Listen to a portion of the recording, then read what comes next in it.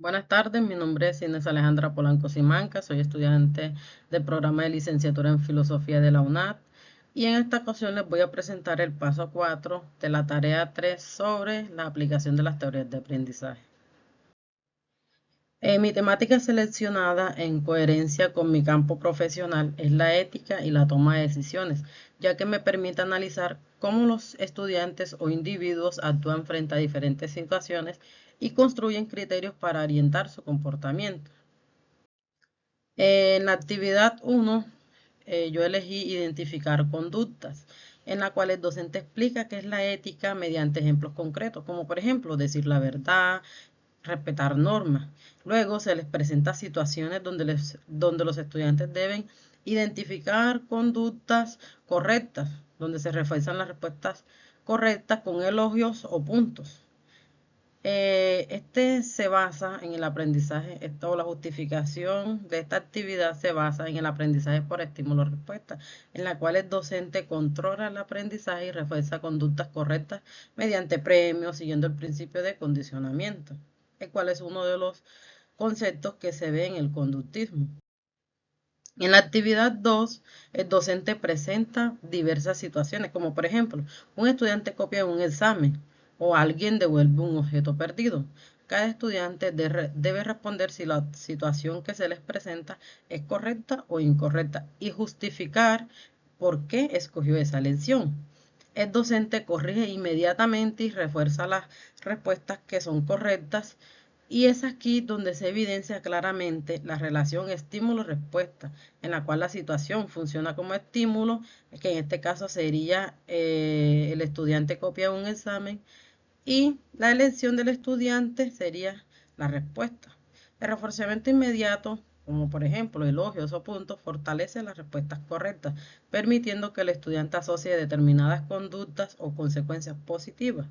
Este proceso puede contribuir a fijar patrones de comportamiento éticos observables que son muy comunes en el aula de clase, como cuando un estudiante, por ejemplo, quiere ser el primero en terminar una actividad para que el docente lo felicite o le diga, está muy bien hecho, tienes un punto extra por terminar rápido. En la actividad 3, en esta actividad, cada estudiante recibe dos tarjetas, una de color verde y una de color rojo. La tarjeta verde significa las acciones correctas y la tarjeta roja significa las acciones incorrectas. El docente lee situaciones éticas y los estudiantes levantan la tarjeta correspondiente. Se les otorga puntos o premios a quienes respondan correctamente de manera constante. Esta actividad enfatiza el reforzamiento positivo, ya que los puntos o reconocimientos pueden aumentar la probabilidad de respuestas correctas. Además, se mantiene constante la relación estímulo-respuesta, favoreciendo la automatización de conductas. La repetición sistemática permite consolidar un aprendizaje a través de las prácticas observables que realiza el docente. En la evaluación 1 se realiza o se utiliza el instrumento de cuestionario con situaciones. En esta, el estudiante responde una serie de respuestas, responde una serie de situaciones éticas, seleccionando la respuesta que él considera correcta. No requiere de pronto una argumentación extensa, sino que la identificación de la conducta sea la adecuada.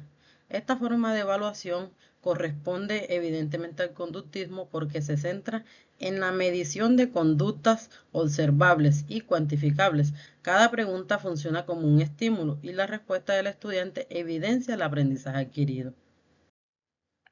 En la evaluación 2, el docente observa el comportamiento del estudiante en tiempo real, registrando la frecuencia de respuestas correctas frente a los estímulos presentes. En este caso, él utiliza un instrumento que es la lista de chequeo, en el cual él va anotando, verificando cuántas respuestas lleva correctas, cuántas lleva incorrectas, etc. Esta evaluación se alinea con el conductismo porque permite analizar el aprendizaje como frecuencia de respuestas correctas ante determinados estímulos. Y para cerrar con esta teoría, tengo dos puntos muy importantes que dice aprendizaje es igual a conducta y docente dirige el proceso. En este enfoque, el aprendizaje se define como un cambio observable en la conducta en el cual el docente asume un rol central al dirigir, controlar y estructurar el proceso educativo. Aquí el estudiante se deja a un lado y quien dirige todo el proceso es el docente.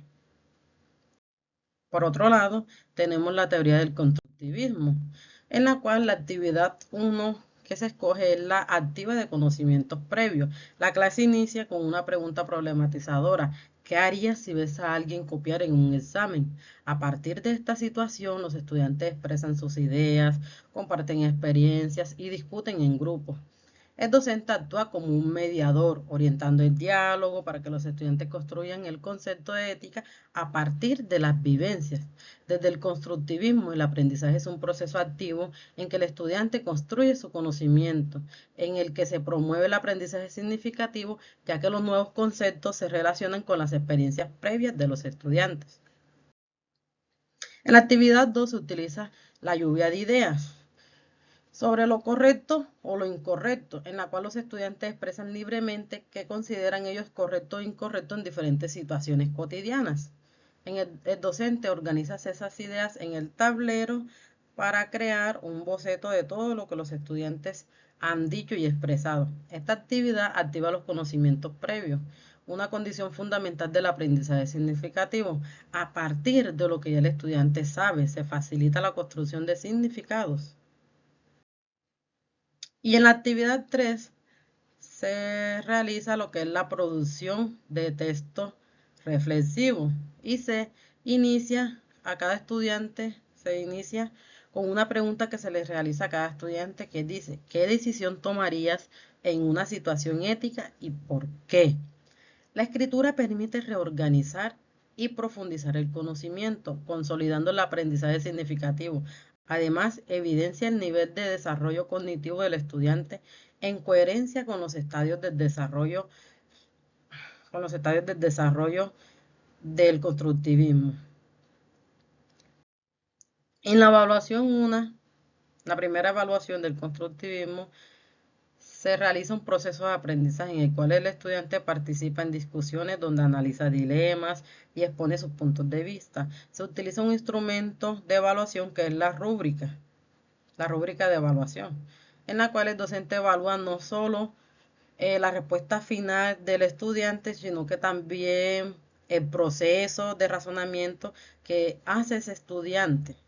Esta forma de evaluación corresponde al constructivismo porque permite evidenciar el aprendizaje significativo, es decir, cómo el estudiante relaciona esos conocimientos previos con los que él viene con los nuevos.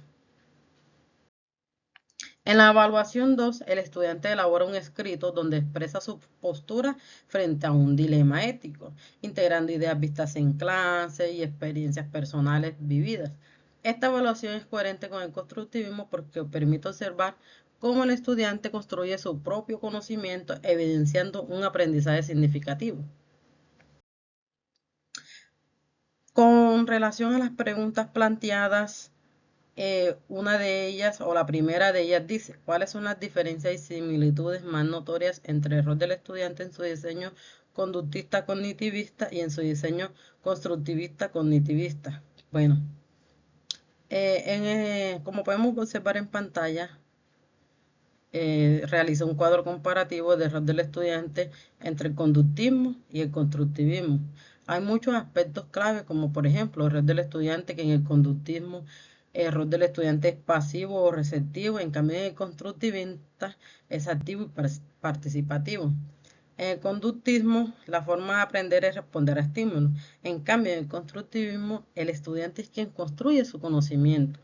El rol del estudiante en el enfoque conductivista se presentan tantas similitudes y como por ejemplo, en el conductismo el estudiante tiende a ser más pasivo, respondiendo a estímulos y siguiendo instrucciones, mientras que en el constructivismo y cognitivismo asume un papel activo, construyendo su propio aprendizaje a partir de su experiencia y procesos mentales, pero sin embargo, en ambos enfoques el estudiante es fundamental en el proceso educativo, ya que participa en la adquisición del conocimiento, aunque con distintos niveles de autonomía y protagonismo.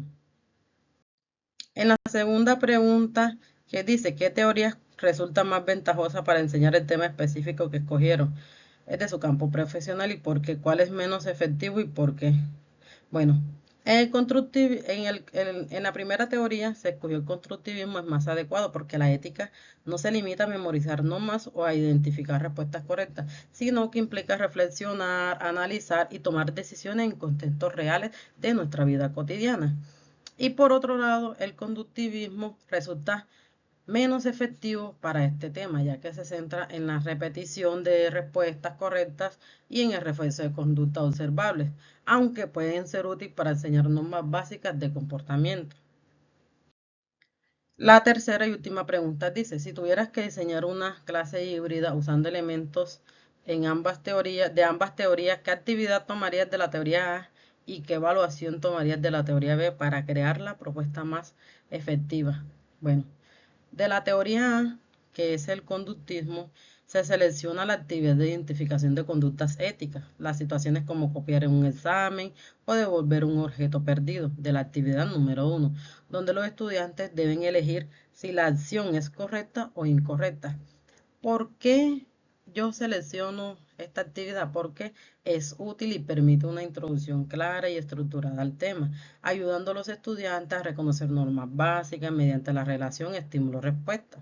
El uso del reforzamiento facilita la comprensión inicial y asegura que los estudiantes identifiquen conductas sociales aceptadas en la práctica. Esto funciona,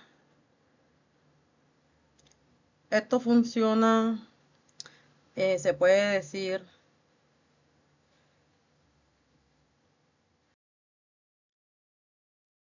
esto funciona como una base necesaria antes de pasar a niveles más complejos de reflexión.